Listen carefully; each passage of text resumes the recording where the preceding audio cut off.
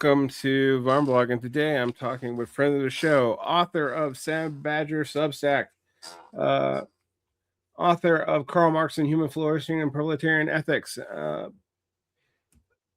PhD holder in humanities, philosophy. Okay, yeah, philosophy. Your dissertation is pretty much the monograph form of the book we're talking about today. Your book, which came out by Bloomsbury Academic, on Karl Marx and the Ethics of Human Flourishing.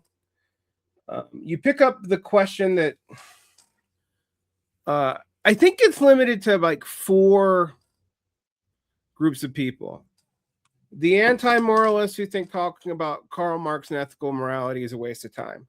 The virtue ethicists like Lester McIntyre and his Marxist disciples, as opposed to his predominantly Catholic disciples, who try to pick up virtue ethics and Marx and Lenin and Trotsky, where it's a little bit more explicit actually in Lenin and Trotsky than it is in Marx, but nonetheless.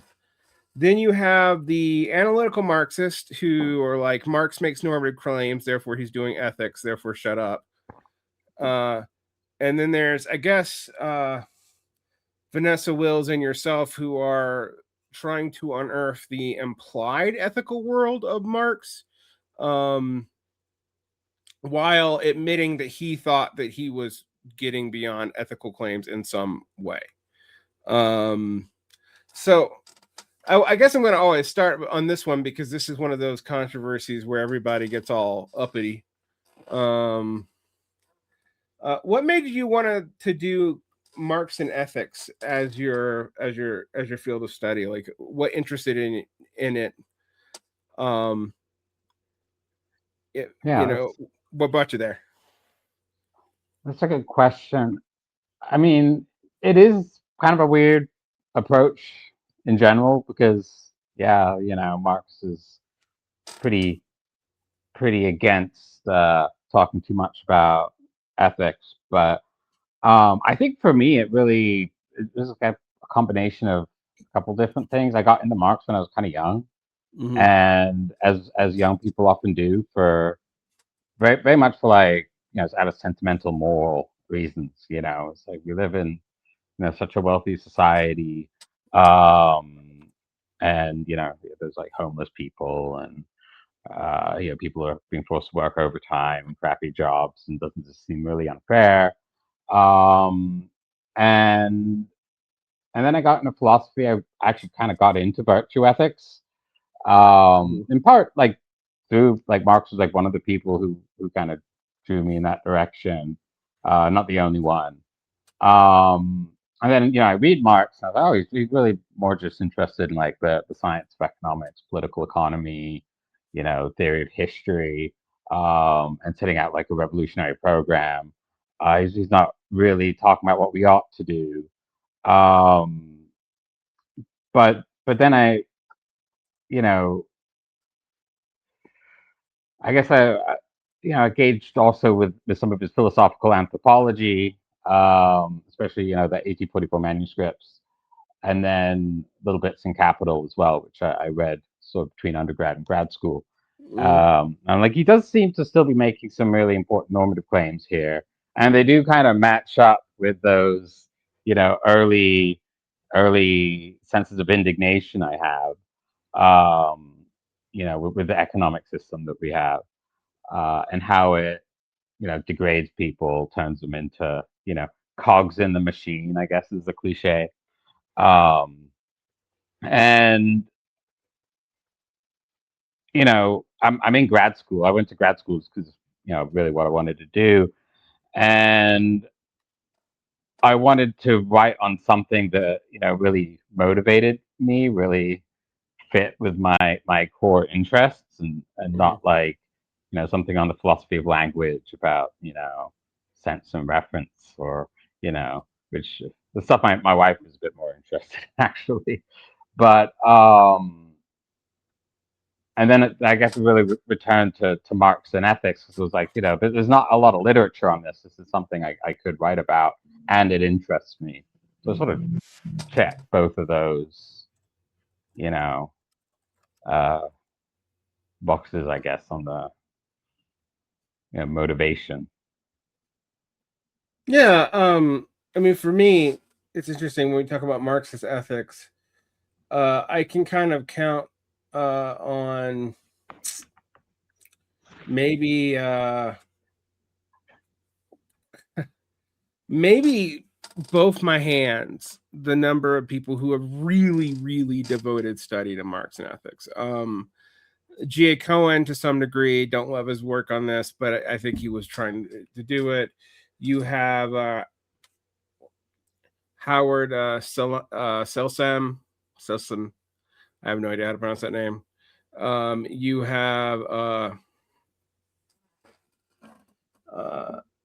Titarenko from the Soviet era trying to do Soviet ethics, as well as Krylenko and Kroshunova. You have Lester McIntyre back in the day when he was still a Marxist. You have the Marxists who try to pick McIntyre back up and reincorporating him in the Marx. You have Vanessa Wills, who recently wrote a book on it, which I was actually kind of laughing because your book kind of came out in the shadow of that, unfortunately. Yeah. Well, it came out too between my dissertation and my book. So I had to go and like read her book and incorporate a bunch of stuff and respond to a few of the points that she made. Which I like her book. It's a good one. I think it maps onto a lot of what I say, but I do different things. My arguments aren't all quite the same. Yeah. What I think I liked about your book, and I want to like talk about this a little bit. I've talked a lot about the 70s crisis in Marxism around Althusser and Lukács, and then outsiders like Alvin Gudner intervening and saying, this isn't just an interpretive crisis, it's a kind of conflicting claims in Marx himself crisis. And Gudner goes into a weird place with it. But I actually think your work on ethics gets to the conflicting thing that we're talking about there that doesn't necessarily seem to just be about ethics. And that is the normative versus the predictive quality of Marxism. And in that, whether or not it is deterministic or political. Because if it's deterministic, then the politics seems a little like unnecessary, even. And if it's super political, then the deterministic predictions seem to be you can kind of forget about them because like, oh well, they're not scientific anyway. And you go to this point about alienation and the human condition in the first chapter, which is about the 1844 manuscripts. And I couldn't help but when I was reading the first 100 pages of your book, I was like, this feels like an anti-Althusserian argument, like the whole thing. But you seem to root, these ethics in flourishing and alienation. So I guess for that, what do you think alienation is doing in Marx? And then here's the kicker question that everyone always is going to ask you when alienation comes up: does it apply to late Marx? Yeah. On the first question, I mean, I think the second question for me is easier to answer, but I think that the first question, better to start there because I think that it orients us to an answer to the second one. I mean, I think it's doing a few things. And one of the problems, I guess, is the scope isn't always entirely clear. Like, to what extent does Marx think that, and I know there's a lot of readers who think along this line, that the alienation like really only exists in capitalism, or that the alienation that Marx talks about it only exists within capitalism, and to what extent is he talking about like a type of alienation that exists under capitalism and is distinctive of it? And I think that there's also an important question as to whether we understand alienation as just like a subjective quality, right? So, and I think this is often the way we go, that we think of alienation strictly as the way that we feel or the relationship we have with the world, right? Um, so in Alienation in the 1844 manuscripts, it's very much about this othering, right, of something which is very much our own, which he's getting from Feuerbach and Hegel, and obviously that's going to be pretty important under capitalism, right? The means of production become other from us, even though we make them. Our co-workers become other from us, even if we cooperate with them. All these ways in which, like, the world that is ours is kind of removed from us, and becomes something that we always take for granted was always other, and you could read that in like really psychological terms, right? It's like the experience of this othering, right? Like the way women might feel when they get objectified, say, by other men and become alienated from their body in some way, or the worker who has to work 12 hours, even if his means he's got to leave his kid alone at home, no one to care for them, right? Because he needs the food to feed them. And so if you understand it strictly in terms of experience, I think that's clearly important, right, to Marx's concept of alienation. But for me, at least, I think of alienation more as like it's a relationship. It's not just a subjective experience of this othering, but it's the social process of this othering too. And this is a couple of things. I think there's an easy attack for the concept of alienation that is not a particularly good one, but it's easy, which is to say, well, a lot of people like their jobs. Right? A lot of people don't feel alienated at work. They do what they love. But if you're not thinking of alienation strictly as like a psychological, like subjective experience, then but your actual relationship to the world that might cause certain experiences or might tend to cause certain experiences, then you very easily say, well, this person doesn't feel alienated, right? He might really enjoy working at McDonald's, but that doesn't mean he's not alienated, and he might experience it psychologically, subjectively later, right? And so I think that that's like a pretty important thing, and I think alienation also it's a sense in which our possible development in the future and our previous development in the past, something that is determined by structures that are just completely other to us, that function according to reasons that have no personal relevance to us, and are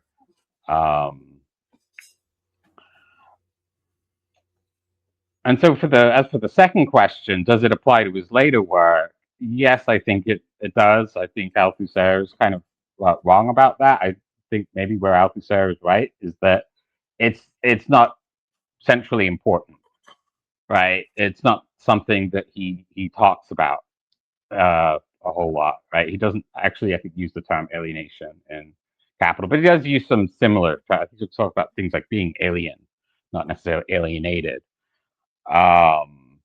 Being alien, the commodity fetish actually seems to be a form of alienation in a different metaphor. There's a couple of things, but yeah. Yeah, exactly. So yeah, the commodity fetish is a good example. Um, and so I do think it applies to his later work. I think it's just that's not what he's trying to do anymore, or it's at least a much smaller portion of his work. Like the experience of alienation stuff, it does come up, for instance, in the chapter on the working day, which is where I get a lot of the stuff. It's actually, it might be my favorite chapter in the book. It's kind of weird, or like maybe 2 or 3 favorite chapters, which is, it's very long and dry, and it's just like a bunch of factory reports and terrible, awful stories. But I think for the late Marx, he's much more interested in describing the mechanics of the economy. How capitalism works like a mechanistic system. The way goods and services flow through it, what causes it to be the way it is. And you don't really need to talk a whole lot about alienation to do that. Um, I think that's the best thing I could say. But also, it's like his philosophical anthropology is still there. I Mhm. think that's a really important.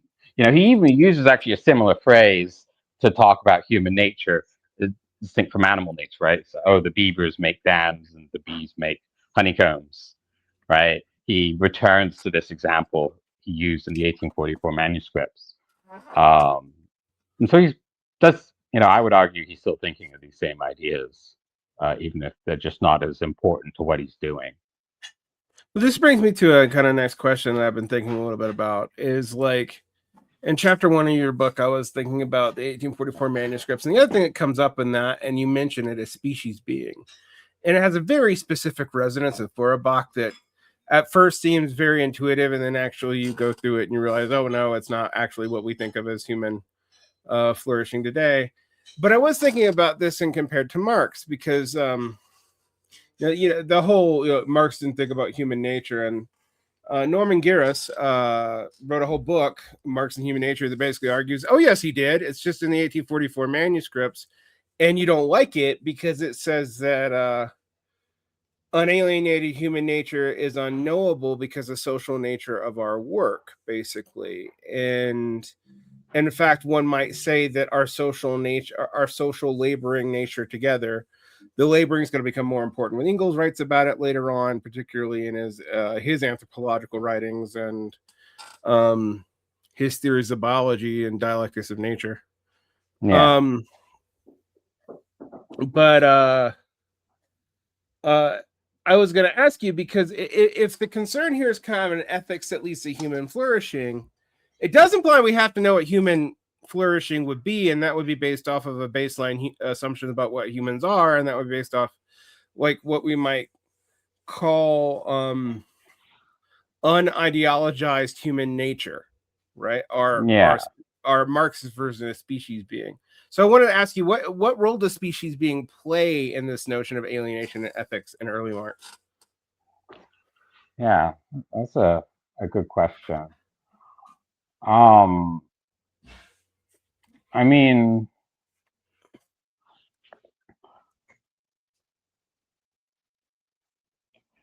I think it is doing a couple things. I mean, as you said, that the connections to Feuerbach, he's very clearly still playing with these Feuerbachian notions.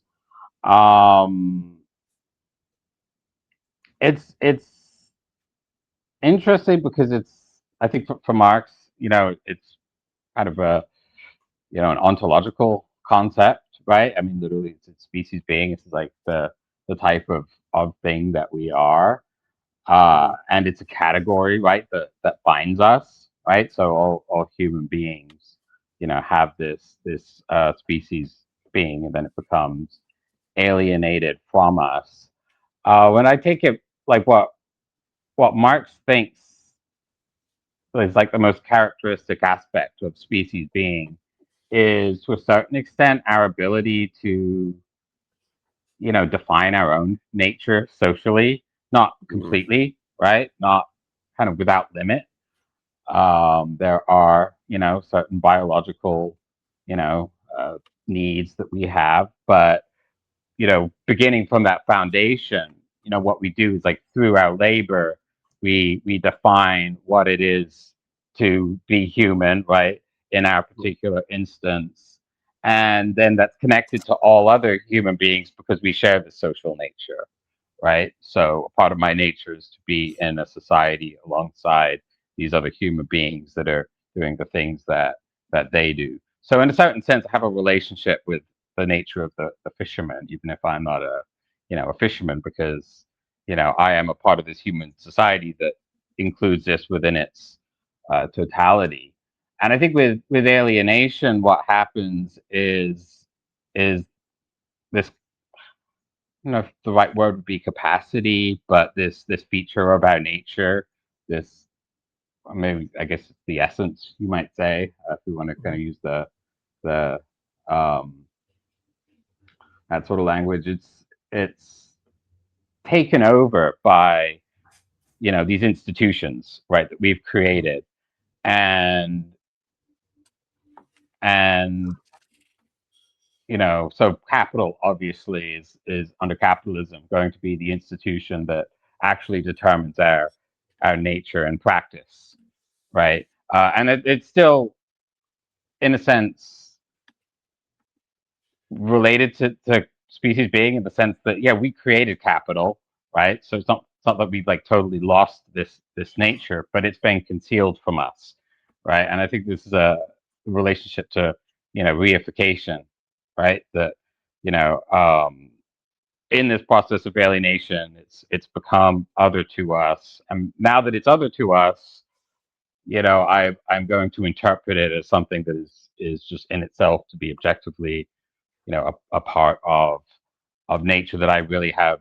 no control over. It's just the way the world is. Mm. Um, and so in I was actually just talking with this about my ethics class yesterday.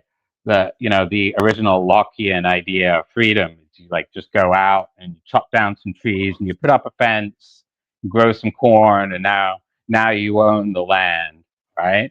Hmm. And because we live in a modern capitalist society, that's something you can't do anymore. Either the state owns the land or it's owned by a private developer, or you know um, and and so what it is to be human, obviously shelter is a critically important part of that, but Hmm. the logic that distributes shelter, that built it in the first place, isn't actually determined freely by us anymore, but becomes something that has been kind of imposed on us by this alien institution. Mm. Well, yeah, the alien institution is interesting because it's an institution of our own creation, but Hmm. we can come back to that because one of the things I think that gets into, Marx is basically, after his thesis on Feuerbach, is basically arguing that he's not doing philosophy anymore. But Hmm. for a guy who's not doing philosophy anymore, even in the late Marx, you have to continuously deal with Aristotle. Like, how many footnotes on Aristotle's understandings of the market are in Capital, because they're also in Joseph Smith, who kind of did think he was doing philosophy in some ways. Yeah. Um, Not Joseph Smith, Adam Smith. Oh my God, I've been in Utah too long. Um, they're also in Adam Smith. But Aristotle comes up a lot. Like one thing I always say is like, everyone tells you need to know Hegel for Marx and it's more important, but it also helps to know Aristotle for Hmm. Marx. And Yeah. I guess this is one of the areas because um you posit the moral consequences of alienation um actually gets us to an interesting way to understand how Marx is different from like classical Aristotelian virtue and ethical theory, and actually even what we might call Aristotelian anthropology, because like Marx's teleological thinking, it is in there, but it's radically different than Aristotle's. So I was Hmm. going to ask you to do some of that contrast between Aristotle and Marx on what they think human beings are and what they think ethical norms should be. Yeah, that's a really good question. Actually, it's funny. I've been sitting in on my former dissertation chair's capital class, and Mm-hmm. he agrees with me a lot of my reading, but we were kind of discussing this kind of going between emails, because I think this is like a really important question, right? Maybe kind of one of the central questions to sort of unpacking this whole puzzle. So you're right. Marx does talk about Aristotle a ton, right? He talks about, for instance, Aristotle's critique of crematistics, which I think is interesting in and of itself, and it's like a whole other rabbit hole I could go down. Maybe that's a tangent I shouldn't touch, but right, for Aristotle, crematistics is really bad. Actually, it is related to this problem of human nature, because Aristotle sees it as something which, because of its teleology, is going to orient us towards vice and degeneracy and decadence and all these various ways. And actually, I think Marx largely agrees with that, but he doesn't really spell it out a whole lot, right? He just kind of throws it in a footnote. And then there's that other footnote where I think the first chapter where he says that Aristotle almost understood the market, right? He's like closer than anyone, even closer than Adam Smith, right? But he just missed this one thing because he was living in a slave society 2,400 years ago, right? So Aristotle's theory of teleology, it, I mean, there's, I guess, some debate exactly about, because he's an ancient philosopher and, there's disagreements. But, the traditional reading is that, and I guess everyone's going to agree with most of this, that, everything in the cosmos has four causes. And those four causes are, associated with the type of thing that it is, with its essence, with its nature. And you can determine what that teleology is by understanding its function, right? And its function is going to help tell you, well, what is, the thing's teleology. But to figure out its function, you need to look at what differentiates it from everything else, right? So as I like to explain in my ethics class, right, there's such a great example of how Aristotle thinks, right? What is the telos of a rock? Well, you look at its function. What does it do in the universe? Well, it falls down to the middle of the universe, which for Aristotle, being a geocentrist, is the core of the earth. And you can kind of do that for every type of thing for Aristotle, right? And for human beings, that ergon, the function that we have is contemplation, and also seems to be politics, right? He also calls us political animals. He calls us rational animals. That would be contemplation. And then also being virtuous, I think, is one of the other possible ergons or functions that we have. And those are the things that differentiate human beings from dogs and spiders and rocks or whatever. So, and this leads Aristotle to like a very elitist ethics, right? Because, well, who does politics? Who does contemplation? Who has the most time and resources to master their virtue? We'll see aristocracy, not like the oligarchs at the top. Aristotle doesn't really like them a whole lot. It's definitely not the poor, the slaves, women, artisans. They're going to have a harder time, right? They'll have some amount of virtue, but won't necessarily. It's like the virtue in Aristotle, like the virtuous nobility is kind of anachronistic, but lower nobility are the aristos, the warrior class, and you kind of feel like he's got a soft spot for merchants, but not artisans, like, which is interesting compared to like later medieval Christian thinking. Even though they love Aristotle, kind of flips that valuation that like artisans are better than merchants. Merchants are icky usurers and whatever. But yeah, I mean, but he also doesn't, Aristotle doesn't seem to like really like kings and tyrants and demagogues either. So it's like there's a very narrow slice that Aristotle wants to like take as like the human norm. Because I've actually mentioned, if you look at what Aristotle, the four causes Aristotle says makes a human, by his way of understanding them, most people aren't humans. So yeah, I'll hand that back over to you. Yeah. Well, I mean, he does say at one point, right? Like, what distinguishes natural slaves is they lack that. Not all slaves are natural slaves for Aristotle, but some are, right? And because they're not quite fully human, or women aren't quite fully human. Yeah. He says that they have all the rational faculties, but to a lower degree. Right. Like, but obviously, right, Marx isn't going to be interested in any of that. But yeah, I do think he has, like, he incorporates. In fact, at one point in Capital, you can kind of see this. I think it's the chapter that deals with philosophical anthropology. But I think it's like chapter 7 or chapter 8.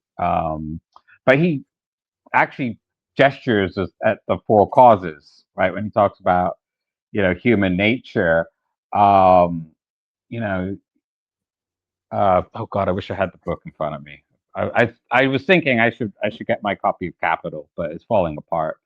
Um, but Marx does like this four causes, right? Not for nature, because he's a post-Darwinian, at least by the 60s. Although by 48, I think he's already kind of in that. You know, he's there's a reason why he's so quick to accept Darwin, right? That he's not interested in teleology in nature. And there's this great letter to Lassalle in like 1960, or if not 1861 or 1862, which, according to Alex Levine, who's a specialist in Darwin, was like the year that Origin of Species was translated into German. And he excitedly writes to Lassalle that Darwin, Darwin, he's crude because he's English, but he's brilliant still because you know, Marx's Anglophobia. Especially someone who's like born in London. Anglo bang rot is like we throw that around today, but Marx could have invented the term. He really shits on the English constantly. But he's surrounded by him too, I guess you've got to put up with him. But yeah, he says like, but the great thing about Darwin is he does away with teleology in nature, you know. But then also, Marx, he very clearly uses teleological thinking, right? What defines capital? Well, it's teleology, right? And in fact, you could see, teleology just infuses his theory of capital, right? In many different ways. Like machinery has a certain end, right? And in as much as we define our nature through work, right? Work does seem to have this relationship to teleology for Marx. In as much as we define our nature through work, then we are still beings that have a teleology, right? In a way that rocks don't, and maybe much of organic life, right? That's actually what I was disagreeing with my chair about. It's just like, where does Marx draw the line? It's like, what is and isn't teleological. But it is clear that I think for him, like, human nature is teleological, as Aristotle thinks, but you don't define that teleology in the way Aristotle does. Instead, I think the way I put it in the book at one point is that, for Aristotle, our ergon is contemplation and politics, as I said earlier. But for Marx, our ergon is to create ergons for ourselves, right? Our function is to create new functions, right? And he says this constantly, like in the 1844 manuscripts. He says, we create new needs for ourselves, and that creating new needs for ourselves, we change our nature and change the way that we work and the things that we do, right? So, Native Americans in the Pacific Northwest have a need for, salmon that has been cultivated through the ways that they work, right? And the resources that they obtain from nature, right? The most available food that obviously someone in like the Maghreb or the Gobi Desert or something, they're not going to share that, right? But the person who lives out there is going to have like different dietary needs that are not only culturally situated, but even your body adapts to them in various ways, right? So human beings, we're constantly redefining ourselves, and in that way, you can, I think, have a much more egalitarian notion of human flourishing for Marx than is remotely possible in Aristotle, right? Although Aristotle, at one point in the Politics, he does say that there would be no need for slaves if we had tripods of Hephaestus and statues of Daedalus, where Hephaestus is God. He makes these tripods that can do stuff, and Daedalus is Icarus's dad, right? And he makes these machines that can do all sorts of things. And so Aristotle does seem to think, well, maybe that if we automate everything, he doesn't use the language automation, obviously, but it's clearly what he's thinking about. Then there would be no need for slaves, and he doesn't state it, but I take it the implication is we would all just be free to contemplate philosophy all the time. I do think that Mhm. that would, I guess, be Aristotle's, utopia that he doesn't think is really possible. But I think Marx has a much more like, generalized, notion of human flourishing. And there's that phrase in, that Marxists always love to quote uh, about, fishing in the morning and et cetera, and criticizing after dinner, right? Mhm. Uh, which I know has recently come into some contention about whether or not that was a phrase that Marx approved of. Um, but I think that Marx actually was in agreement with that. But also you see like, Fourier, I guess, and a lot of these other, utopians that are influencing Marx as well. You know, it does seem clear that Marx values freedom to produce all sorts of things in different ways. And he seems to think that that is an aspect of flourishing, right? It's us all being able to work in an unalienated way on the things that we love to do in a way that provides for the people that we care about, which hopefully under communism would be everybody, right?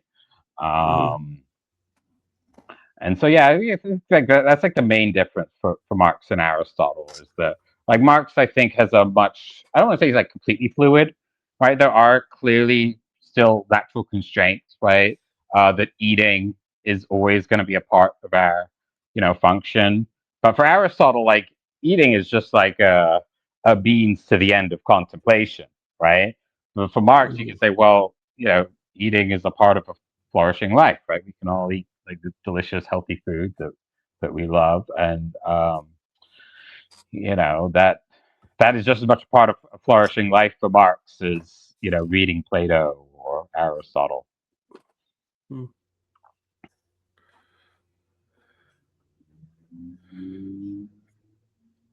So, I was gonna. This brings us now to capital and like where we kind of depart from early Marx. Um,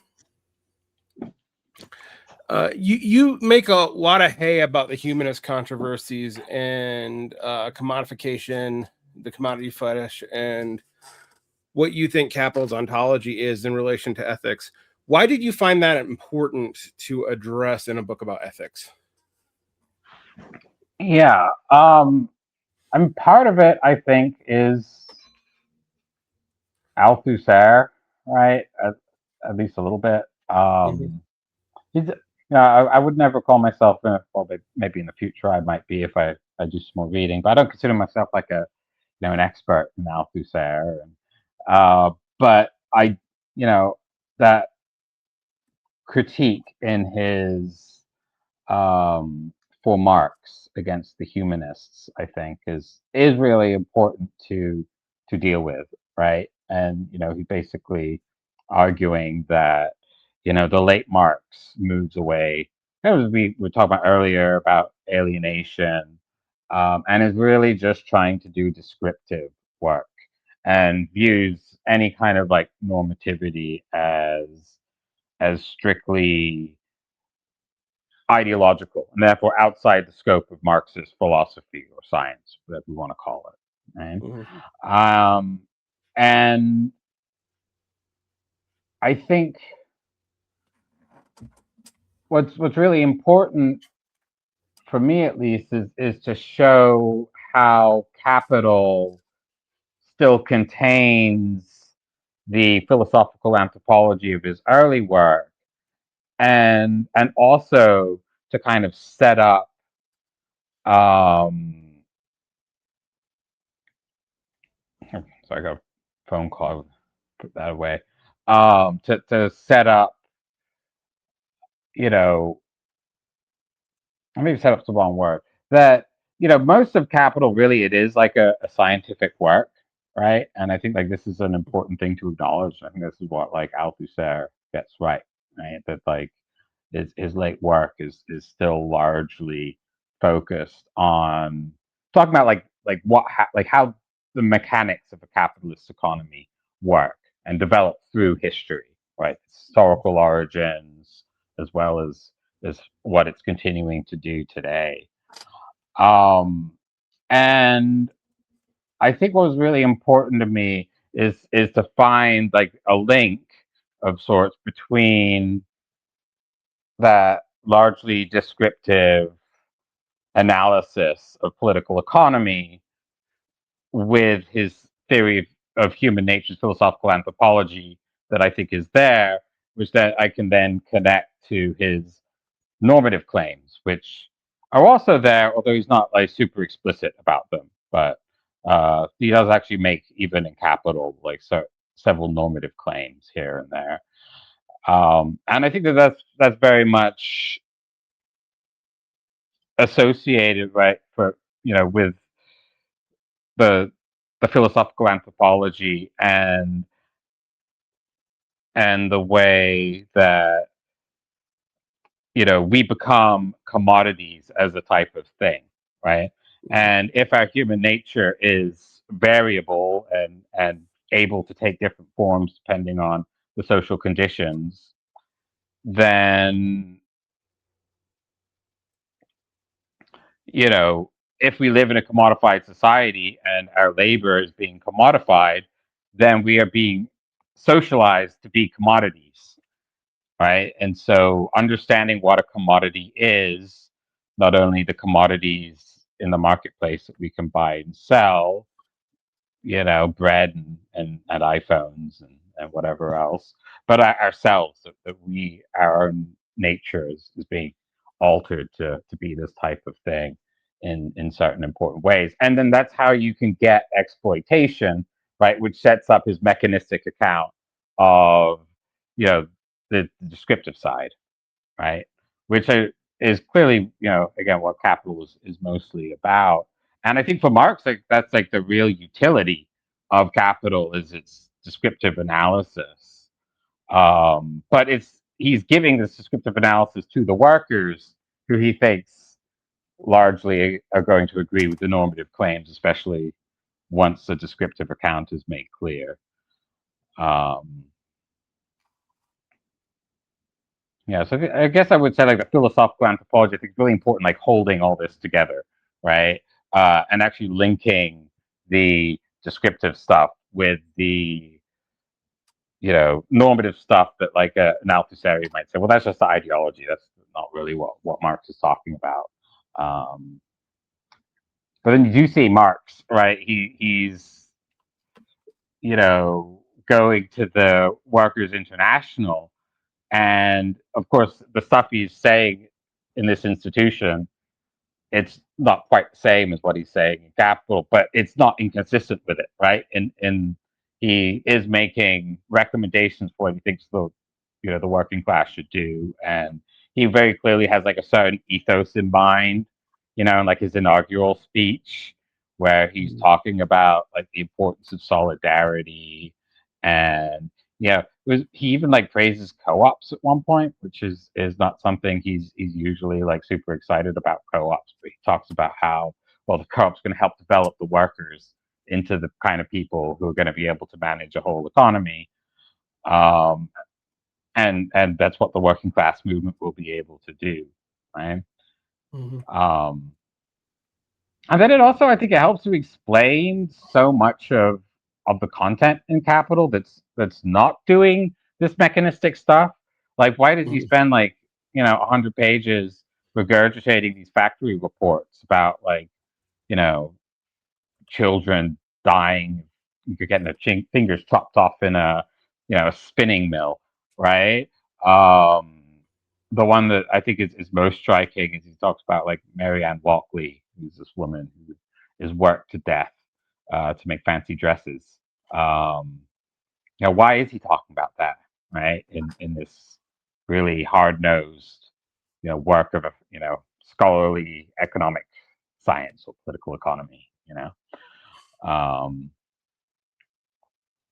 he could have only put one of those in, right? But no, he just kind of bombards you, right, for page after page. Yeah, I mean, this is like the thing that's always gotten me.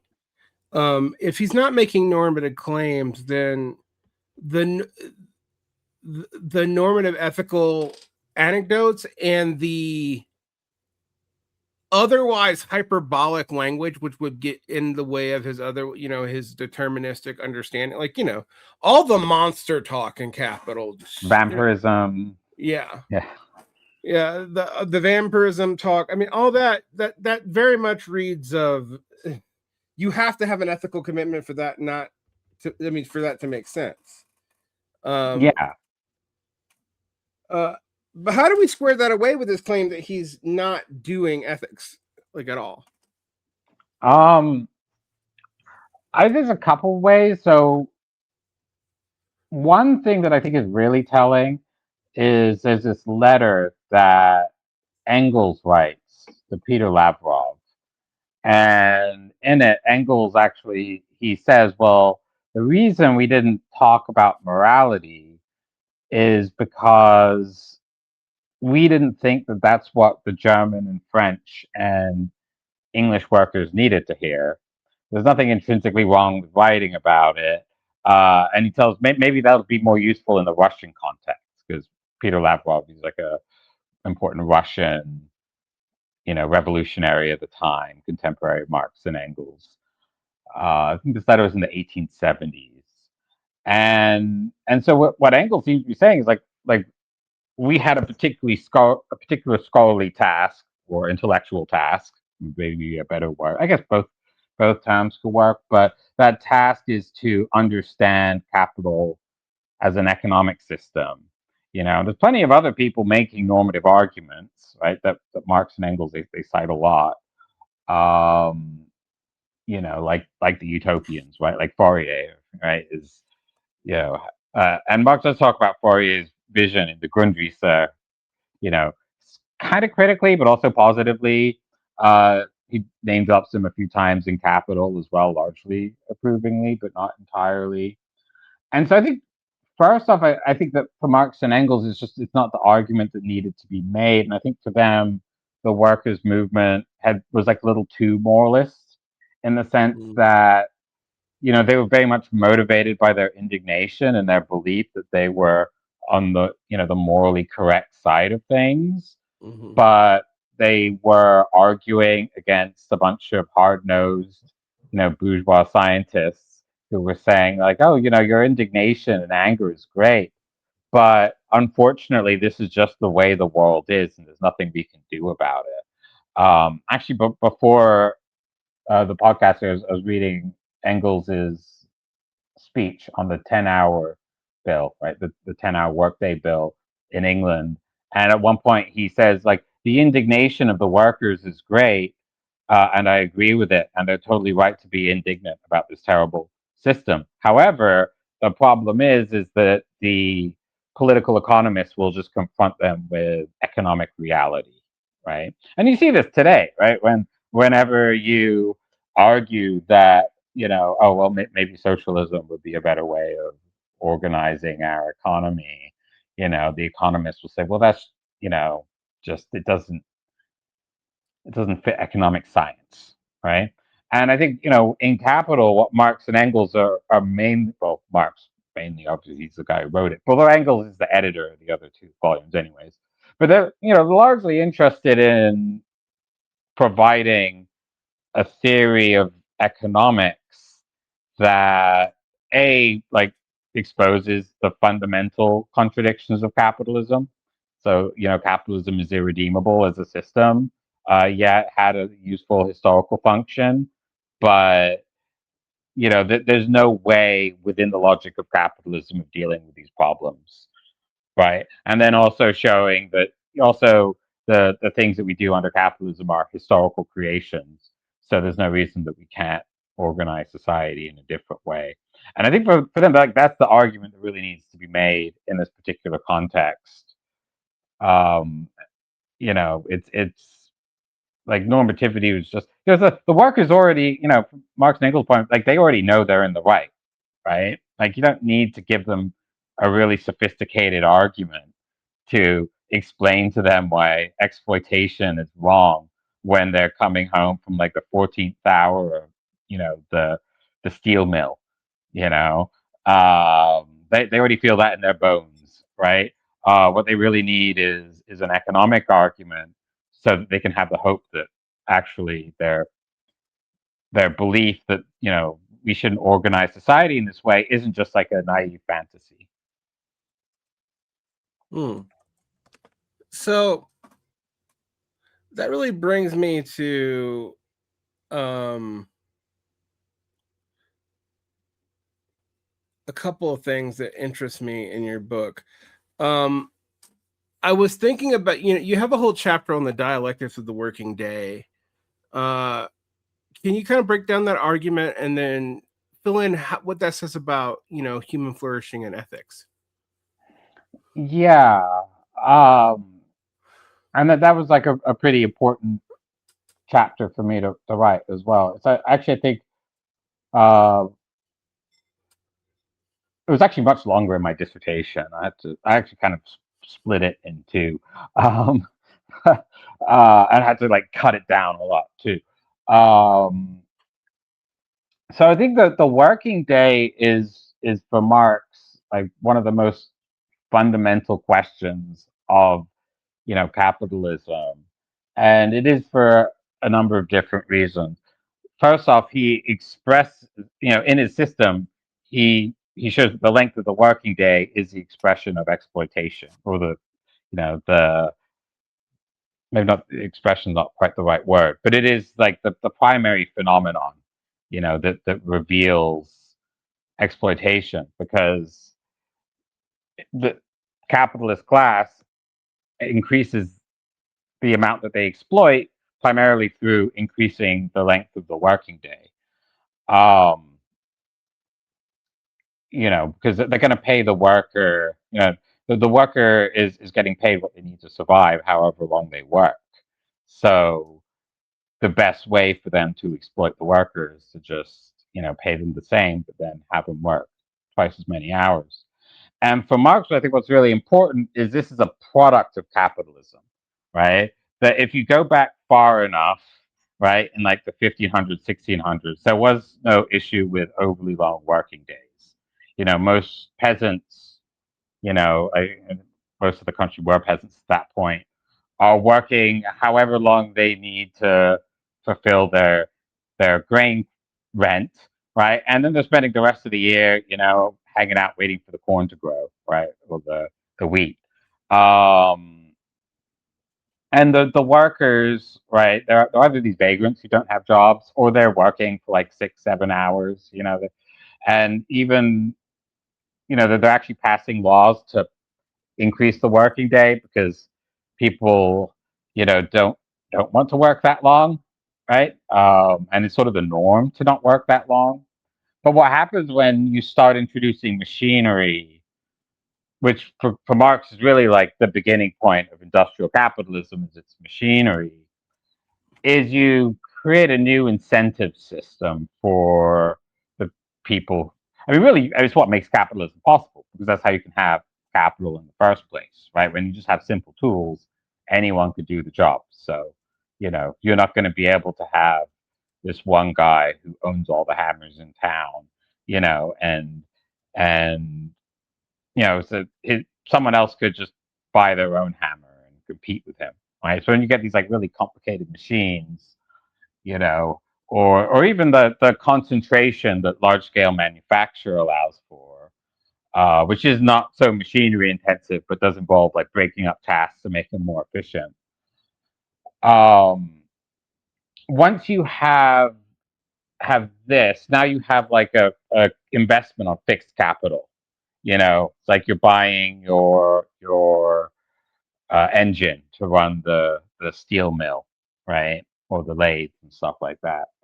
And now that you have this investment, you need to pay off that investment in as short a time as possible, because A, that machine is going to become obsolete someday, and you're going to need to buy a new one. And B, you're also competing with all these other companies that are also buying that same machine, and you want to be just as profitable as them. And like volumes 2 and 3, you see why, which is not just that they want more money. It's that they need credit, right, to stay competitive. and they're going to get credit at the best rates, if they can show that they're just as competitive as their rivals. So they all now have an incentive to keep pushing the workers longer and longer hours. And this is also facilitated by the fact that machinery makes work easier. Not only can you now have children and women doing the work, but you can also have someone who is sleep deprived and hasn't rested in 14 hours doing the task. And if they lose a finger because they fall asleep at the machine, the task is so simple you can hire just about anyone to do it. And so what ends up happening then is the capitalists have this incentive to push the working day about to the human bodily limits and even a little bit beyond there, right? And what's important from Marx is the moral justification that capitalists give for it. I mean, it's one of the things that's important for is that what capitalists say is, well, this is a free exchange between me and the worker, right? I hired Bob, and Bob agreed to the labor contract, and so this is just free and fair exchange. And if Bob didn't want to work a 16-hour shift, then he could have gone somewhere else, right? And so if we have the capitalist, this is completely fair. But for the worker, Marx says, from the worker's point of view, this is unfair, right? And it's unfair on several different levels.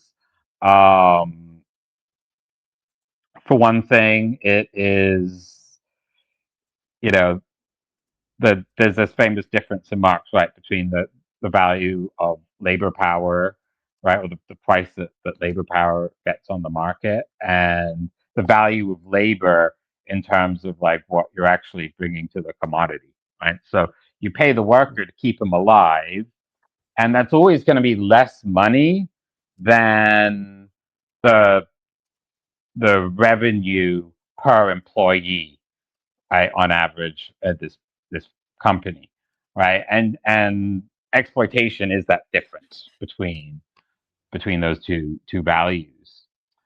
And so for the workers' point of view, they're getting underpaid because they're like, hey, we produce all this for you, and we're working our asses off, and you get all this, revenues as a result. Well, you could pay us just as much and we could work fewer hours, or you could pay us more money, right? And only that would be fair. And so what's interesting is Marx is setting up this struggle, right? A class struggle, right? And this really is like the working day chapter is like the chapter of class struggle, I think, more than any of the other chapters. It crops up all over the place, but really the whole thing is like just about class struggle, about this particular issue. Not only the length of the working day, but also working conditions. And so in this struggle, I think what was really interesting is that both the capitalists and the workers are presented as, in a way, having a point, right? That the wage relation, in a certain sense, is fair, and in a certain sense, is unfair, right? And I think this is one of the reasons that Marx is always kind of wary of language of fairness, right? Is he doesn't want to say like, well, the workers are entirely wrong, but at the same time, by the same set of moral standards that the workers are using, the capitalists can say, well, it is fair, right? And so bourgeois morality kind of ends up in a conflict with itself, right? Between the classic bourgeois morality as the bourgeois sees it, the bourgeoisie sees it, and the proletarian appropriation of bourgeois morality. And there's this famous line that Marx has about, in a conflict between equal rights, force prevails, right? And so now this normative conflict between these two classes becomes a political struggle. And it's a political struggle that he describes in detail, right? where basically the workers are organizing to shorten the working day. And then what's interesting is that some of the capitalists agree with the workers, right? And so the industrial capitalists, obviously the last thing they want to do is shorten the working day. But because they had just passed the grain laws, right, which basically reduced the tariffs on imported grain, that the landed aristocracy, and there was the sort of like early and bourgeoisified landed aristocracy, or bourgeois former aristocrats who own land, whatever you want to call them, which I guess was like both in England at the time, right? Even to this day, some of these people could still call them classical aristocrats. But these landed elites are now in conflict with the industrial bourgeoisie, and they actually side with the workers to kind of get revenge for the corn laws, right? And they end up reducing the length of the working day from, I think it's first to 50 hours, or it's 10 hours a day, right? It's a 10-hour day bill, which I think at the time would translate to like 60 hours a week, because I think they were doing it on a 6-day work week, right? Although there's even like a little part in this where Marx actually talks about how the capitalists are even making their workers work on Sundays, to extract really like every little bit of value they can get out of their capital. And Marx makes fun of them, right? Because they're all these like Sabbatarians, right? They believe that the Sabbath is important and that one must, not work on a Sunday, right? Because it's the Lord's day of rest. And Marx is presenting these workers, these communistic workers, as in a way better holders of the Sabbath than the capitalist elite, right? Who are now sort of suddenly changing their minds on it, right? And so I think what's really important for Marx then is this struggle to limit the working day, which I think for Marx is something that he thinks is going to continue, right? When he's writing Capital, it's like the 40-hour, right? We're pushing 40 hours. And I think for Marx, that would continue up until the point where there's finally a socialist revolution. And I think for Marx, it's really the workers coming together to push for legal limits on the working day, which helps to generate a sort of collective subjectivity or shared subjectivity or agency as a political subject, more than anything else, right? And he writes a lot about the working day, and I think actually, this is one of the normative claims that he makes, right? Is that we ought to limit the working day to preserve the health and the social relations of the workers and to facilitate their education and edification in various ways.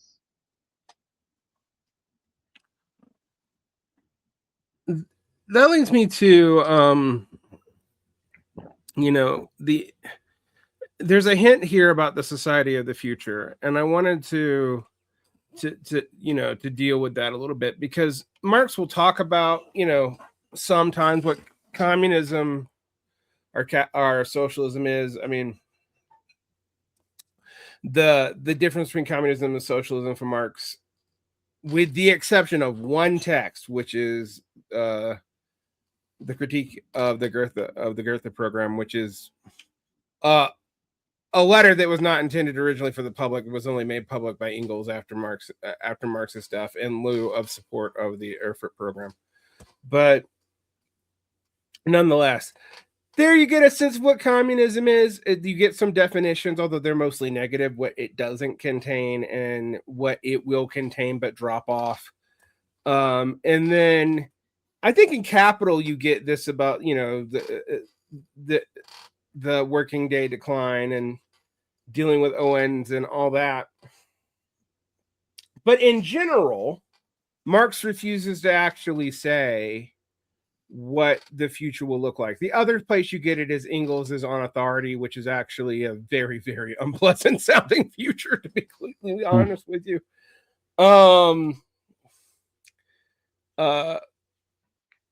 And I wanted to ask you about that because I actually do think Marx is a little bit inconsistent on whether or not we can talk about the future. And it I've even argued that, in his arguments with anarchists, it makes him a little bit inconsistent even about what he thinks freedom is and how far away in a non-capitalist economy the economic production of society is from the social and. But I wanted to ask you, like, what do these ethical norms imply about the society of the future if you won't lay out a blueprint for them? Yeah, it's a good question.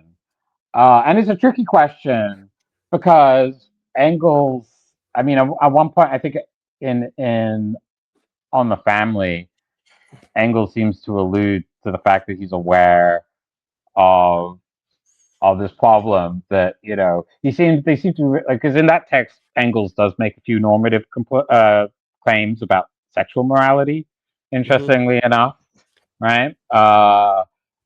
Which I guess some might find as a bit of a surprise, but I actually really like that book. It's but he very explicitly says near the end of one of the chapters that people in the future who are not like constrained by the limits of bourgeois consciousness like he and Marx shouldn't really care much about any kind of positive normative claims that he or Marx might make about the future, right? Which is good because if you read some of their letters, they're like a little homophobic at times. So you could say, well, yeah, like that maybe they were, but there it is, Engels saying, but you guys shouldn't really listen to me 200 years in the future, anyways. You figure your own stuff out. But then Engels does say that we, we can make negative claims about what the morality of the future would look like, which I think is pretty important. Yeah, because Marx doesn't want to lay out blueprints, but at the same time, there are very clear normative commitments about what is not going to be in the future. So one thing, obviously, communism would not have slavery, right? It cannot have slavery. That would be inconsistent with the whole purpose really of a communist revolution. You know, so Mm-hmm. slavery is out. Forced marriages are out as per the sort of sexual morality, or self-interested marriage. It seems to be out as well. Political or economic marriage, right? Um, but then, yeah, he's very clearly allergic to making too many positive claims about what that society consists of. There are a few cases, but I think in the end of volume 3 of Capital, Marx talks about it a little bit. I think that there's some question as to like what is the nature of work in this communist society, which you'd think would be one of the few things that Marx would be very clear about. But at times he seems to think that it's just like the absolute minimization of work and the automation of everything.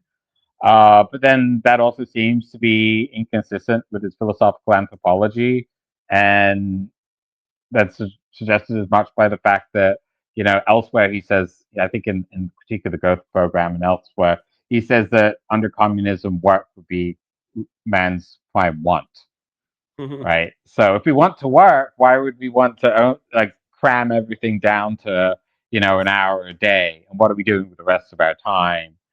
Is it free time? Um, and then in the Grundrisse, Marx says, well, and again, he shows this kind of lack of clarity about this. He says that Fourier was like pointed us towards the future by saying that under socialism, there will be no distinction between free time and work. And Marx says, well, that clearly can't be the case, but we need something like it. Well, what do you mean by that? Right? Which then he doesn't really explain. And maybe I think that the Gotha program probably is like maybe the best place that You know, Yeah, he which is why I says don't the want to most. throw it out. Every now and then, like Lars Lee, for example, seemed to downplay its importance, and I'm like, it's literally the only place where we get a definition of what the communist future looks like. Although even Yeah, it's vague because we have to fight over like lower stages of socialism and what parts of bourgeois culture are allowed to be maintained and what aren't. And like when I and a lot of like maybe more left communist people read the Critique of the Growth of Program, we're like, it's time accounting. He's talking about time accounting, right? But yeah, then if you're, I don't know, a Dungist Maoist, it's all of bourgeois culture, yeah, except no, even private ownership. No, all of bourgeois culture somehow allowed at the ugly. You just got the state, like a worker state, like managing it. I think is their interpretation. And while I think their interpretation is wrong, I actually can't settle it with the text, and I can't settle it outside of the text because Marx is very vague on that stuff. yeah, yeah. And I think Marx is intentionally vague about. I mean, I think he knows completely what he's doing, and I think part of it, I Mm-hmm. suspect part of it is that he didn't want to be wrong. Yeah. uh, he very clearly seems to think of him, you know. I mean, and he was, probably right about this is what Engels thought, right? Like he's like this great intellect, not the most humble person, right? And I Mm-hmm. definitely, I think he always wanted to be right about everything. I think he knew that, I do think like he's more positive on Hegel about being able to predict the future, right? There's that famous Hegel quote about like the owl of Minerva only flying at the dusk, right? Mm-hmm. Uh, and, and obviously Marx is a bit more positive on making future predictions, but I definitely think that you know because he wasn't sure where the revolution would start or when, he didn't really think that he could say what the transitional period would look like. Like clearly, it would look very different in Russia than it would in Germany. And you see him wrestling with this if you read like all the drafts of his letter to Vera Sasulich, or I think that's how you say her name, right? He writes like all these drafts and then ends up just sending a really short uh, terse relative to the other drafts version. Um, and so I think that's one problem he has. Because he knows, yeah, if the revolution happens in this country, it's going to be very different than that country. So at least in the short term, they're going to have to take different steps. But then I think, I think for Marx, like once workers get socialism, he thinks that yeah, they're going to end up developing something like communism. But I think he's not really sure what the workers under socialism would want communism to be like, and he knows that like they're going to be the ones who are figuring it out, and either they're going to read it into whatever he has to say, or they might um, make make the wrong decision because they're too wedded to this blueprint he has to offer, you know. Um, and so I think it's a lack of confidence on his part in a way, which I think is vindicated in the certain sense that the world has changed so much since he died, that I think any communist society we come up with today wouldn't look quite like the one that he could have imagined. Um, but yeah, it's just like it's almost like slightly pathological. So his like refusal to really talk about it. Yeah, Um, this does like it is interesting because on one hand we have a clearly normative ethics, but all it can really lay out is negative injunctions. hmm We're not going to have this. We're not going to have this. We're not going to have this. These elements of bourgeois society are going to fall away. We're not going to need a government because a government implies a government actually does imply a permanent class difference, at least if it has a standing army, yeah, like et cetera, et cetera, et cetera. And I'm gonna be honest. One of the reasons why so many people have to rely on like interpreters of Marx like Lenin or Kautsky or Engels even, although I think Engels and Marx are fairly sympathetic. I'm not on the Kohei Saito or New Left of the 60s, Marx is good, Engels bad. Yeah, I don't like that either. I mean, I cite Engels a lot. Right. So, but Engels is an interpreter, because a lot of the stuff in Marx, particularly one of the things we can say about Marx over time is that you have politics that is based off of his readings of economics, but we all know, or maybe we don't all know, but anyone who's read their Hal Draper or knows about Mega or read their Marcel Musto, or almost anybody who's done any deep dives into the notebooks of Marx, knows that Marx had intended capital to cover all elements of bourgeois society, not just the economic ones, but we started with the commodity and worked up, and we basically got to banks. Yeah. We don't. I didn't even finish that one. It's like the chapter on class. Right. We stop in the chapter of class, like in the middle of the chapter in class, which, by the way, would have been the most important chapter to possibly have in Marx. We have one definition of what the working class is in Marx, only one, and it's actually it's in tension with itself if you're a really, really close reader. And Marx seems to know that and doesn't ever solve it. I mean, like, so, when people are like, Marx is scientific, I think he was trying to be, but then they're like, Marx is scientific and we can figure out most of the answers from reading Marx himself. And I'm like, he didn't, it's unfinished, man. Like, I don't know what to tell you. The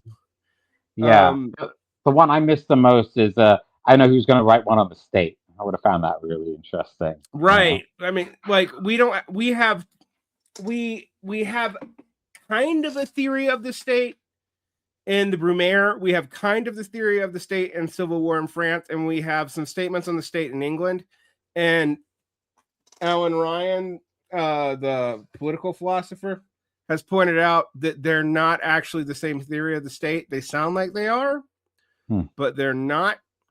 And the reason why they're not is when Marx is writing about the state in regards to England, he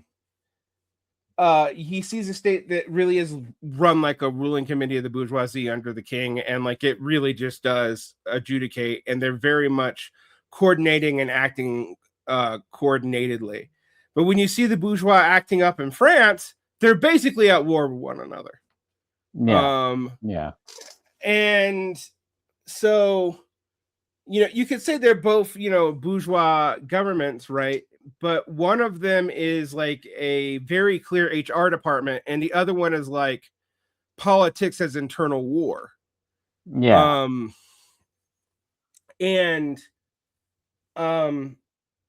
The issue that you have later on in Marx's interpretation is, if you believe in the second interpretation, you can come up with various ways in which you can see the intercontestation of the bourgeois in the state, making the state actually class neutral. But if you believe in the first interpretation, there's no way in hell that could ever happen. And even the second interpretation, the class neutral state, isn't obvious, but it's one that's been argued a lot, both for the state and against it, actually. So I find that interesting when we talk to about ethics, because one of the things that's a big, in the society of the future that you really think about in critique of the Goethe program and some other things, is you have this promise that we will get to a stateless society because we simply won't need it. And I'm like, okay, I agree with you, but on what norms and what anthropological assumptions do we get there? And he really doesn't make that clear. One of the things that I've complained about Marx a lot is outside, particularly after the early manuscripts, which are still very much under Hegelian and Feuerbachian influence, but you don't have a clear theory of mind in Marx. Like it's not because he doesn't think of one. It's not because he's inconsistent about it. It's not something he's worried about. Like, Yeah. Engels thinks more about it than Marx does. I mean, you get some interesting things in Marx, like the admission, for example, that you can predict aggregate class politics pretty easily, but you can't predict an individual's politics based off that and stuff like that. Like, that's there in Marx sometimes, except when he's making insults. Hmm. And I find that very interesting because that's relevant to two things I wanted to talk to you about, actually, even though this seems like a tangent. It is and it isn't. The way moral tragedy is actually important to Marx, and in the way that, like, that tension is something that Engels uses from Marx to attempt to create a meta-ethical framework for Marx, is that later people like Lenin and Trotsky are going to try to pick up on. So I wanted to ask Yeah. you, like, what is that moral tragedy element? That's something that you are one of the only people I've seen write extensively about. Like, maybe you and maybe Cyril Smith or somebody, but like, what is going on with Marx and tragedy? Yeah.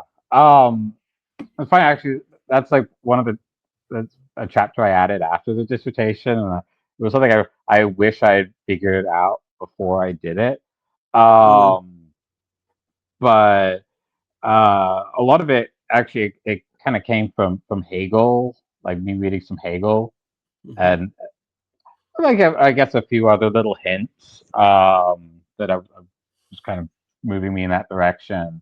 Now, Hegel has this great essay on on natural on natural law, right, from 1801 round there, maybe mm-hmm, like maybe 1803 or something. And in it, he basically uses Greek tragedy as a metaphor to, or he argues that Greek tragedy is a metaphor, allegory for the moral conflicts that exist within Greek society. And he says that these Greek tragedies were, a way for the Greeks to kind of cope with that. And he's using this also as a critique of Kant in various ways. As Kant has this like universalist idea of morality that he thinks is nice and rational and completely universal, can solve all moral problems, and Hegel's trying to show that that's not possible. And the reason that Hegel says it's not possible, and this is something he develops later in the aesthetics and philosophy of right, is that and also phenomenology, is that you end up with contradictions within any moral system that emerge out of like the organic reality that exists in that society. So any attempt to create a formal moral system, like Kant does, and not only Kant, like the utilitarians or even like Christian ethics or anything like this, it's always the ethics of a certain point of view in that society or standpoint, if you want to use that language. So, Antigone, for instance, you have a conflict between Antigone and Creon. Antigone is speaking of from the standpoint of family, mm-hmm, and so she wants to bury her brother, right, who's been deemed a traitor. And Creon, he's speaking from the standpoint of the state. He's trying to maintain social order and make sure that nobody can, because they just had the Civil War, and so he's trying to ban anyone from burying traitors, right? To kind of reinforce the legitimacy of the state. And in Hegel's reading, both of those are legitimate. They're both, good within the logic of Greek society, but they're mm-hmm, also inherently in conflict with each other. And this also comes up in the Hegel's reading of Aristeia, which is a conflict between the law of the Furies.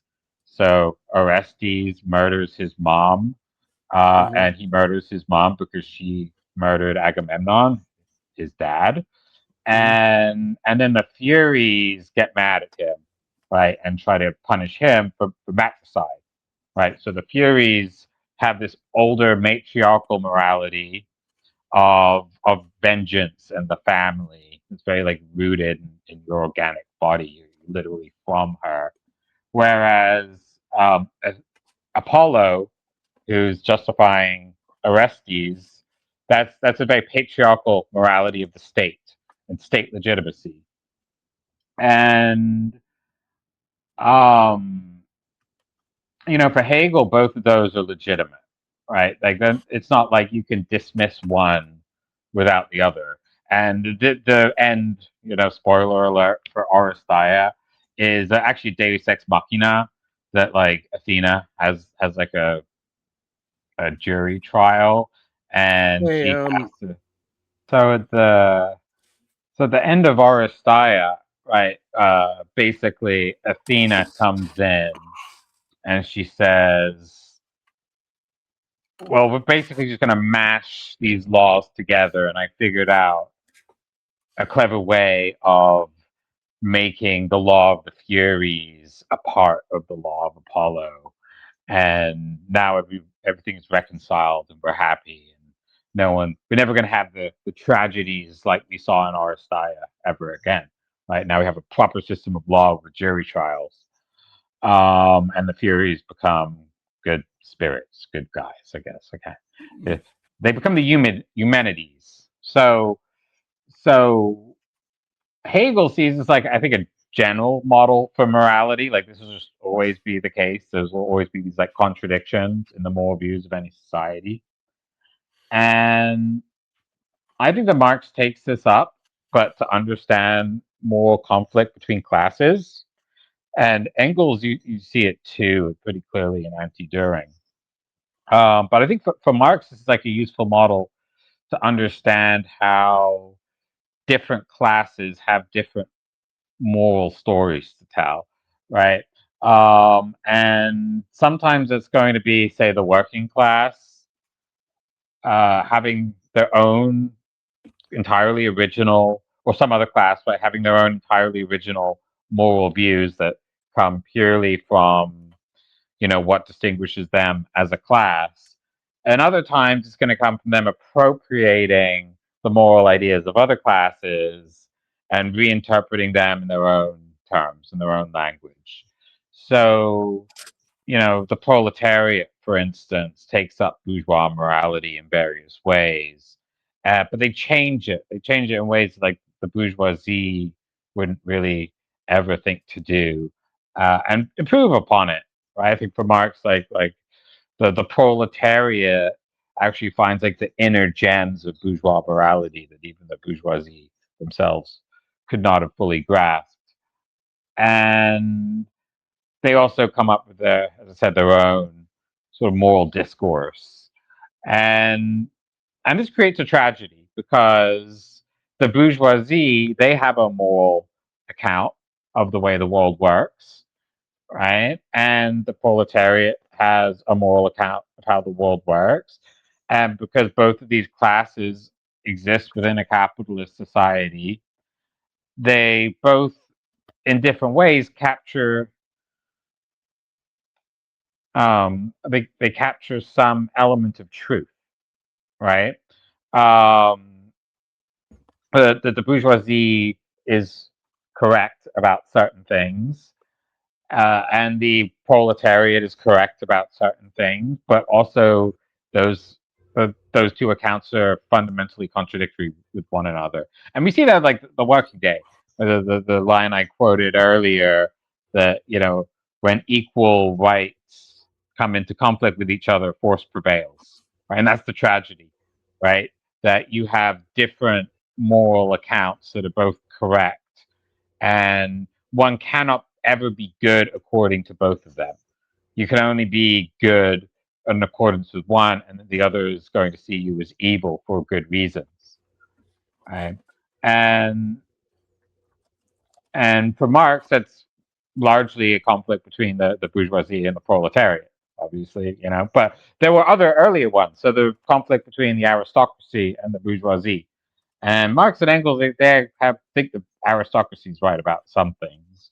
They also thought that the bourgeoisie are right about some things, and the proletariat are right about another set of things, and it's not that all those classes are equally right, but the point is that there are certain, however right that the proletariat is, um, until they abolish capitalism itself, the bourgeoisie won't be entirely unjustified in their moral beliefs, at least some of them.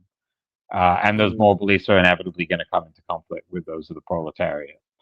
And so I think for Marx and Engels, this allows for, an evolutionary account might not be quite the right word, but something like it in terms of how morality develops through time, is that it kind of develops through the struggles between these different tragic conflicts. And every time there's a tragedy, eventually those tragedies are overcome by some new social condition. But in as much as those new social condition is a new class society, you're just going to have new tragedies that need to be resolved. And so the only solution for Marx I don't think it's clear whether he thinks that this would end all of these tragedies or just some of them or most of them. But communism, at least one of the things that it would do would be to abolish such tragic circumstances, because now you only have one class, which also means you have no classes, right? Class itself is abolished, and you're not going to get a situation where the proletariat and the bourgeoisie and the aristocracy and the peasants have fundamentally irreconcilable moral positions, right? There may still be disagreement between people, but that disagreement is not going to be premised on fundamentally incompatible class-based worldviews. Um, and Engels really picks up on this, I think, in Anti-Düring, where he's critiquing Düring, who has very much like a universal theory of morality, that he thinks that, oh well, if you're rational, you're going to think what I think about morality. And basically, Engels, he's treating Turing as like a, you know, as the meme goes, like the Kant you have at home, right? Like Turing is worse Kant, basically. Like Kant, he's all right, he's pretty brilliant, but wrong. And Turing is just awful and stupid, right? And one of the reasons that he's foolish is thinking that he has solved all of the moral questions through reason. And what Engels says is that, all morality, and I think actually I originally wanted to call the book All Ethics Hitherto, because I thought that was very clever. And then the publisher was oh, we need to figure out SEO. And I didn't even know what SEO was at the time. So, okay, you guys need to make it like searchable. Okay, so we need Marx in the title, so that's why we have somewhat. I think the current title used to be um, the subtitle, right, of the book, not subtitle. Mhm. Uh The beyond the ethics of human flourishing part of the title. I think so, yeah, something like that. Um, and so for Engels, right, that is what morality is. It's all class morality, right? And it's not even just class morality. And Anti-Düring says there's like multiple iterations of each class morality.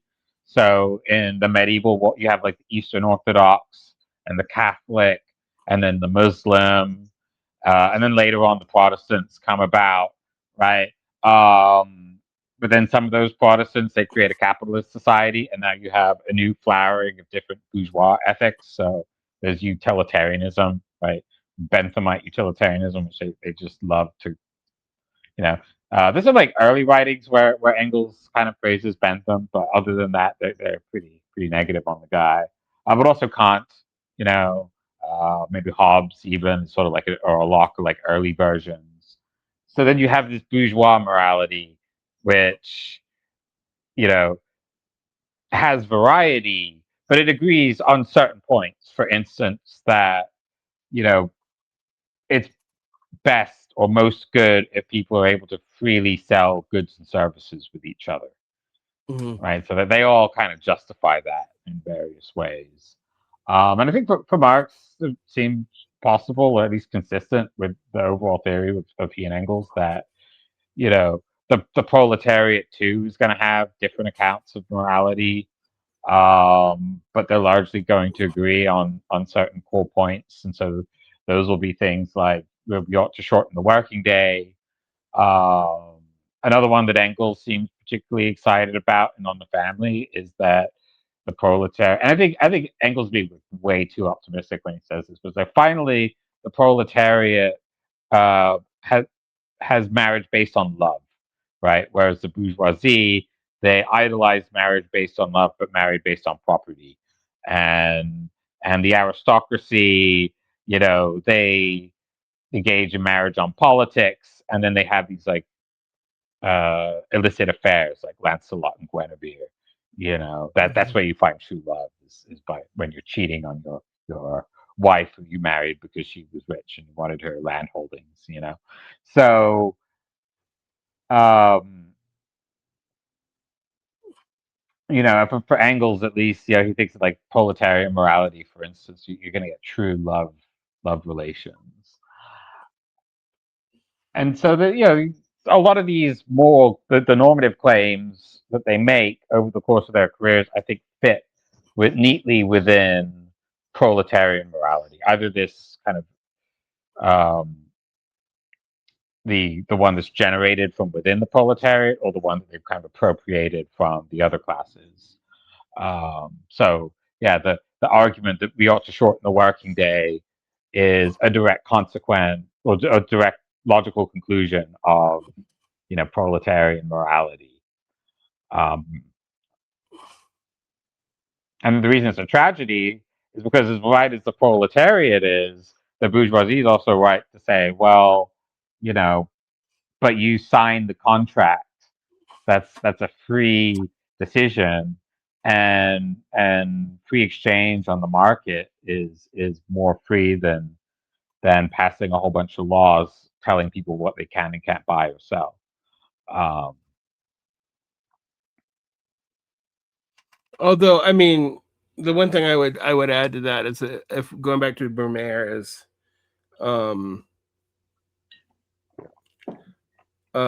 Marx also seems to think that the bourgeois will give up its because of its internal contradictions. The bourgeois will give up its morality very quickly, whereas proletarian morality under proletarian political dominance are after class abolition, so there's no proletarian anymore anyway. I think it is implied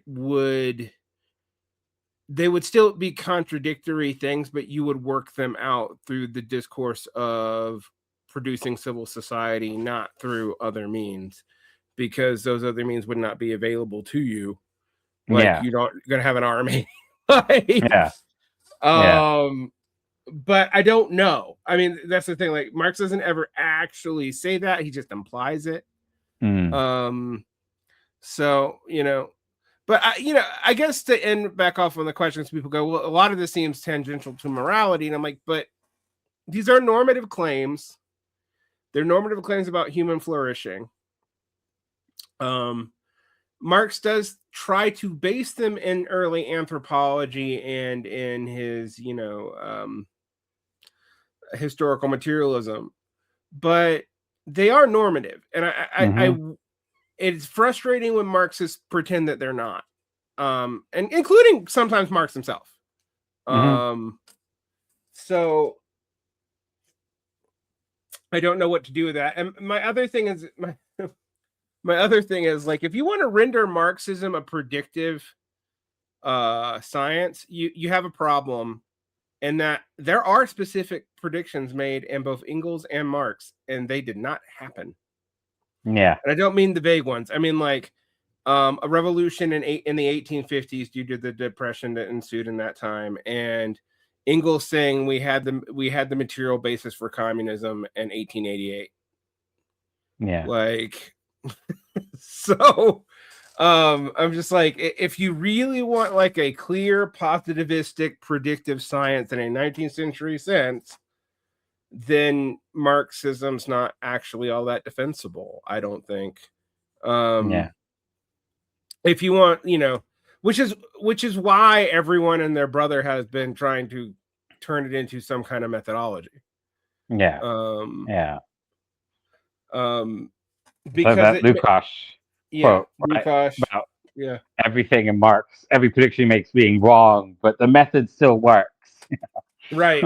And I also think to some degree, even though Althusser and Lukács are like always posited as the two great opposing pillars of Marxist theoretical analysis,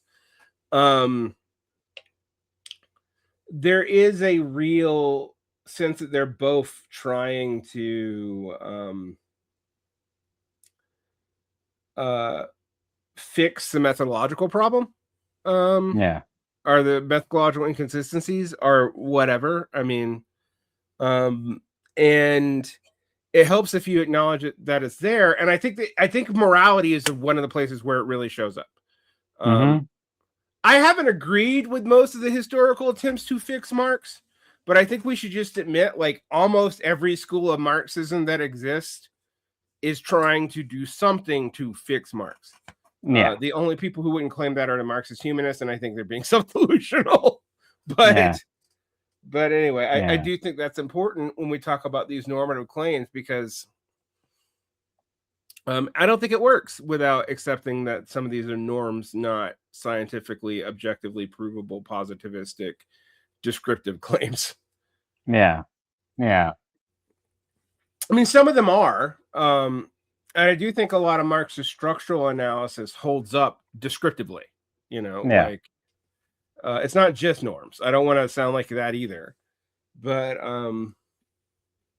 I do. It's been a major issue for me, because I used to be one of those people like Marx doesn't deal with morality. And then I'm like, but how do I justify even the language in Capital, and definitely the humanist manuscripts, and honestly, even the anthropological notebooks? Yeah. Like, Yeah. that's late, so you can't do the whole epistemological break thing. Yeah. Yeah. Well, is it, even this bit in Engels where he says, like, I mean, it's a very clear normative claim, and it's a pretty basic one. He says, well, the incest taboo is a good thing. Like, it's a good thing that we came up with that, right? And Right. even though people didn't really understand it at the time, which, yeah, we're like, well, okay, at least we got that one straight. But, Yeah. um, Yeah, it's good that people thought it was icky before they knew why it was icky. yeah, right. I mean, it was for Engels is what made it possible for us to figure out it was icky, unless you were like a Pharaoh or a Habsburg or like an Inca or something, then you're so Yeah. special, I guess. Or Yeah, and you don't, and you have a theory for why you don't look human after about 5 yeah, generations. yeah, Um, um, yeah, yeah, that stuff is. I mean, there's some. I always tell people, you know, acknowledging that there's some strange stuff in Marx and Engels, like Marx thinking most ancient. I think no, it's Engels thinks most ancient people were just cannibals, which. While I do think some of the late 20th century denies of early human cannibalism are just even genetically disproven at this point. yeah. For those of you who don't know how we genetically disprove it, a third of us are immune to prion diseases. How does that happen? Usually eating the nervous system of your own species. But in deep history, not you personally. yeah, But so we know that cannibalism was not completely uncommon, but it does seem to have been not nearly as pervasive as Marx and Engels thought it was. I mean, yeah, I guess one of the things I reject from the Engelian worldview is that there's still this lingering progressivism in his worldview that I actually think is a little bit more debatable in Marx. Like, Marx's dialectics doesn't necessarily automatically lead to happy conclusions. Engels yeah, usually does. So yeah. Which I think is because if I recall, like the socialism or barbarism, I think it might have originally come from Engels, maybe. I yeah, keep, yeah. I mean, it's Luxemburg who like I think for Engels it may have been socialism or the common ruin, and then Luxemburg turned it into socialism or barbarism, and yeah, I hate to tell you guys, because that was specifically in terms of World War One. Barbarism won. Yeah. That wasn't just an abstract question. There's so many of Yeah. these. I will say this about Marx and Engels and interpretations. There's so many of these phrases like finish the bourgeois revolution that we take of as like some big abstract question of which we can derive an entire philosophy out of, right? Yeah. Whereas like for Marx, it's like, no, literally they hadn't finished the bourgeois revolution in Germany. Like Yeah. it really hadn't finished yet. And it hadn't really finished in England either. Yeah. And it was debatable in France, like until, after World War One. And I find that quite interesting when we deal with the ethical claims.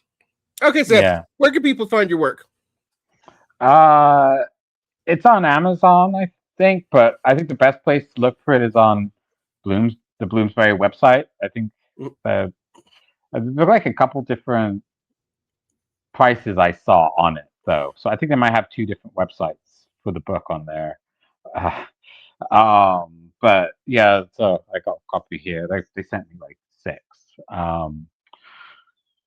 So yeah, the Bloomsbury website is the place that I would look for it. I'm pretty sure it's on Amazon too, because they said they were trying to set that up for the search engine. I don't think it's anywhere else yet, but you could also always order it at your library. I mean, these academic books are like ridiculously overpriced, so I don't really blame anyone for not buying it. It costs, I think, the cheapest price I saw on the website was $80, but Yeah, it I goes think up to like 120 retail or something like. yeah, all these academic works. I mean, they might come out with a cheaper version if I sell a few, but Yeah. family bought some. I had a couple friends who bought it, but Yeah, it's interesting. I used to tell people back when there were more of these kinds of presses, but they're going away, to do a second gloss on your academic book and send it to a place like OR or Zero, back when it was a separate press repeater, because they'll publish like popularizations of academic works. So you might consider it. The problem is Zed is another one. The problem is there's less of those presses these days. yeah, And also some books are hard to, turn into a popular book. yeah. There's been some monographs where people have asked me, how would I turn this into a popular book? And I'm like, I have no idea. I liked it, but I'm not the average reader, even for left-wing theories. So but yeah, people should look up your work. They should also look up your Substack. I quite enjoy your Substack.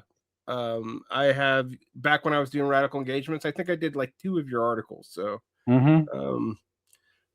people should check out your work there. Any place else that they can find your work? So they can find the book on Amazon, but Bloomsbury's the cheapest. They can find recent writings on Substack. Do you publish anywhere else? I have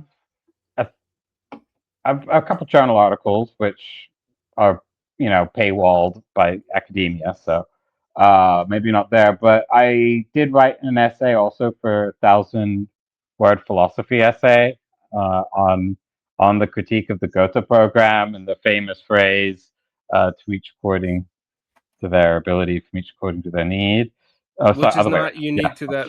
Yeah, I mean, I this got it one. Some of my from authors, it's like not even originally from that text. Like it's a there's a debate. There's actually even a debate about how old it is, because some people like trace it all the way back to the Bible.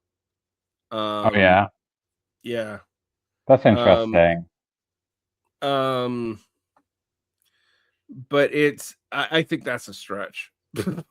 Hmm.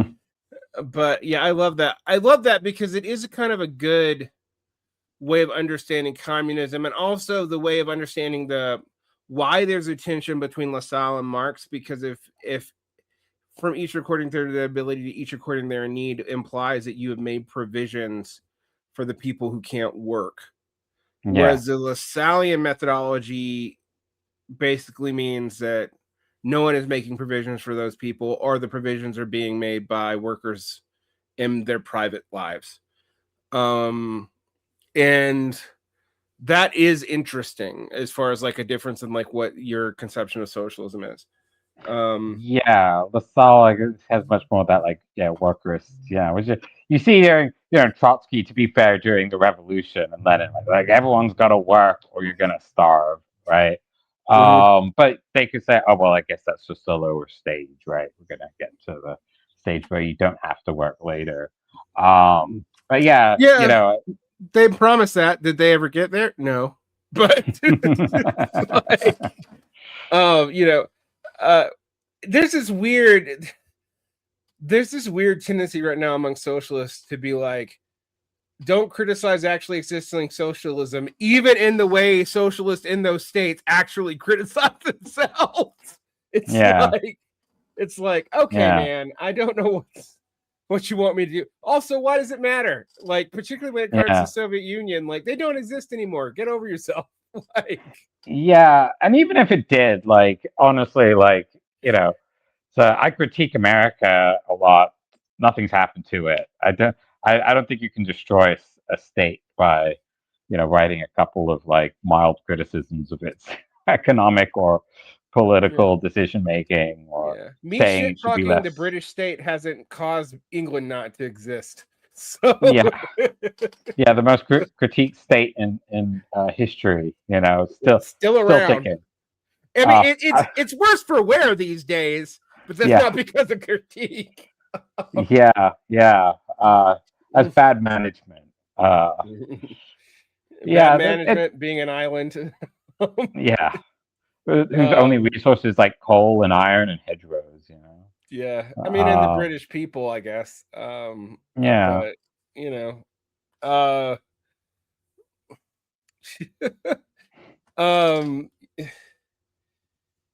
thank you, Sam, for coming on. I really enjoyed this conversation. We've been trying to get this off the ground for a while, and I'll probably have you back on when you write something interesting on your Substack. So have a great rest of your day. Thanks for having me on. All right. Take care.